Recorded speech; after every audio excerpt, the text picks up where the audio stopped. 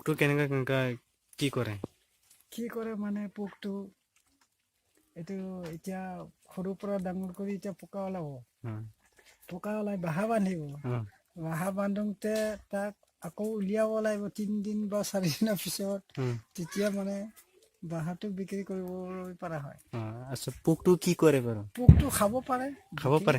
খাই দিয়ে? খায়। খাব ভয় নালাগে না? নালাগে। যেতিয়া গৰম তেলত দি দিব এইটো মানে আপুনি কোনো টেনচনে নাই।